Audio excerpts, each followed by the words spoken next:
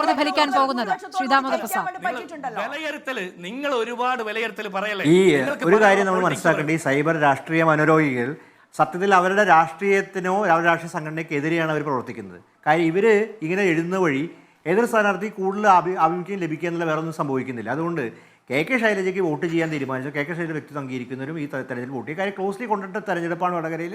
രാഷ്ട്രീയമായിട്ടാണ് തെരഞ്ഞെടുപ്പ് വിധി നിർണ്ണയിക്കാൻ പോകുന്നത്. പക്ഷേ ഇതുകൊണ്ട് കെ ശൈലജയ്ക്ക് ഒരു ദോഷം ഉണ്ടാകുമ്പോൾ, മറിച്ച് ഷാഫി പറമ്പലിനാണ് നമുക്കറിയാം. ഇതുപോലെ തന്നെയാണ്. ഇത് ഇവിടെ മാത്രമല്ല, എല്ലാ സ്ഥലത്തും തന്നെയാണ്. അതുകൊണ്ട് ഈ രാഷ്ട്രീയ മനോരോഗികളെ, സൈബർ രാഷ്ട്രീയ മനോരോഗികളെ നിയന്ത്രിക്കേണ്ടത് രാഷ്ട്രീയ ഉത്തരവാദിത്തം. കാര്യം അവരവരുടെ രാഷ്ട്രീയത്തിനും അവരുടെ രാഷ്ട്രീയ സംഘടനയ്ക്ക് അവരുടെ സ്ഥാനാർത്ഥിക്കും എതിരെയാണ് പ്രവർത്തിക്കുന്നത്. ഇത്തരം ആൾക്കാരെ കണ്ടറിഞ്ഞ് കാര്യം ഇതുകൊണ്ട് യാതൊരു ഗുണമില്ല. നേരെ മറിച്ചാണ് പ്രത്യേകത ഉണ്ടാകുന്ന രാഷ്ട്രീയ പാർട്ടികൾക്കറിയാം.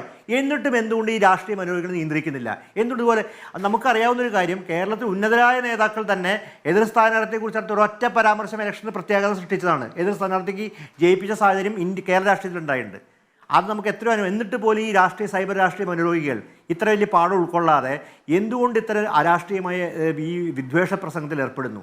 എന്തുകൊണ്ട് സ്വന്തം സംഘടനയെ തകർക്കുന്നു? അവർ തന്നെ ആലോചിക്കണം, സംഘടന തന്നെ ആലോചിക്കണം. ഇത്ര ആൾക്കാർ പ്രോത്സാഹിപ്പിക്കൽ, അവരെ ശരിക്കും പോലീസിൽ ഏൽപ്പിച്ചു കൊടുക്കേണ്ട ഇവരും ഉത്തരവാദിത്തം. ഇവർക്ക് എല്ലാവർക്കും അറിയാം, രാഷ്ട്രീയക്കാർക്ക് എല്ലാവർക്കും അറിയാം ആരാ ചെയ്യുന്നത്. ഈ വ്യാജ ഐഡിയിൽ ആരാ പ്രവർത്തിക്കുന്നത് മിക്ക എല്ലാവർക്കും അറിയാം. കാര്യം ആ സംഘടനയ്ക്കകത്തും സംഘടന സംവിധാനത്തിനകത്ത് തന്നെയാണ് വരുന്നത്.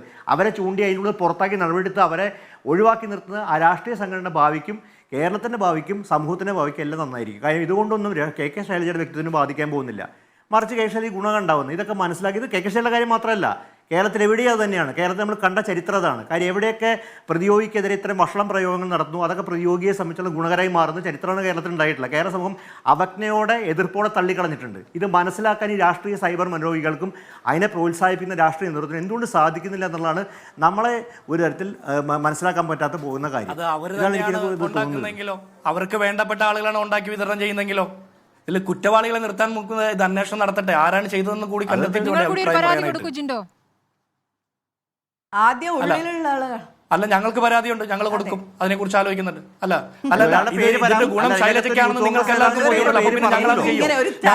ഞങ്ങൾ ജയിക്കാൻ പോകുന്ന ഒരു തെരഞ്ഞെടുപ്പിൽ ഞങ്ങൾ പ്രതികൂട്ടിലാവുന്ന ഒരു കാര്യം ചെയ്യുമെന്ന് തോന്നുന്നുണ്ടോ? ഷാഫി പറമ്പിൽ അത്രത്തോളം മൗഢ്യനാണെന്ന് നിങ്ങൾ വിചാരിക്കുന്നുണ്ടോ? ഇതിന്റെ ഗുണം ആർക്കാണ് എന്ന് പൊതുവെയുള്ള ആളുകൾക്ക് അറിയാമല്ലോ. അപ്പൊ പിന്നെ ഞങ്ങൾ അത് ചെയ്യുമെന്ന് നിങ്ങൾ വിചാരിക്കുന്നുണ്ടോ? അത്രത്തോളം സാമാന്യ ബോധം ചെയ്തത് ഈ രണ്ട് നേതാക്കളും സമൂഹത്തോട് എങ്ങനെയൊക്കെയാണ് സംവദിച്ചിട്ടുള്ളത് എന്നുള്ള കേരളം കണ്ടിട്ടുള്ളതാണ്. അതേസമയം രണ്ട് ഭാഗത്തെയും സൈബർ സേനകൾ ആർക്കു വേണ്ടി പ്രവർത്തിക്കുന്നു എന്നുള്ളത് രാഷ്ട്രീയ നേതൃത്വങ്ങളാണ് വിലയിരുത്തേണ്ടത്. കെ ശൈലജ പോലീസിൽ പരാതി നൽകിയിരിക്കുന്നു, തെരഞ്ഞെടുപ്പ് കമ്മീഷന് പരാതി നൽകിയിരിക്കുന്നു. അപ്പുറത്ത് രാഹുൽ മാങ്കുട്ടത്തിലും ദേശാഭിമാനി പത്രത്തിനെതിരെയും പരാതി നൽകിയിരിക്കുന്നു, PK ശ്രീമതിക്കെതിരെയും പരാതി നൽകിയിരിക്കുന്നു. നമുക്ക് നോക്കാം എന്തൊക്കെ കാര്യങ്ങൾ നടപടിയുണ്ടാകും. സത്യം തെളിയേണ്ടത് തന്നെ.